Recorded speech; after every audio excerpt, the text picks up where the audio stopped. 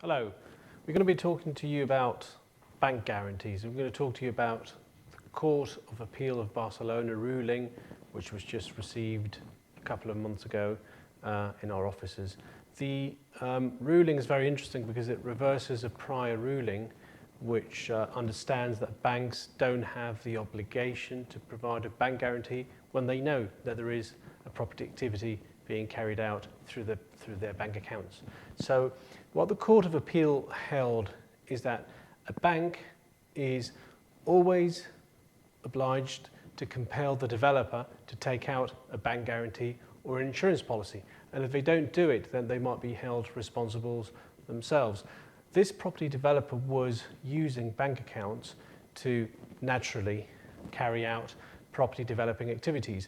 And subsequently, it went insolvent. It basically filed for insolvency, and a buyer who had paid a deposit basically lost the money. This buyer held that the bank should have provided a bank guarantee because all the monies were being channeled through the bank accounts of the developer.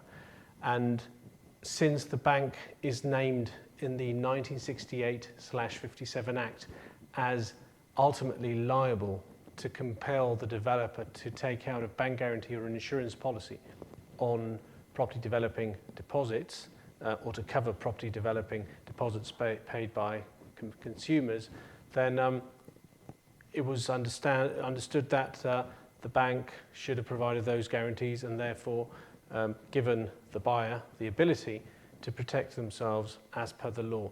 This ruling says that this particular bank knew very well that the developer was using those deposits to finance a construction. And they knew it very well because they had themselves given out a mortgage to that same developer. And therefore, they knew there was an activity being carried out of property developing. It was an off-plan property developing activity, and therefore bank guarantees were mandatory. Therefore, the court held that the bank was liable to pay those deposits back to the buyers. Thank you very much.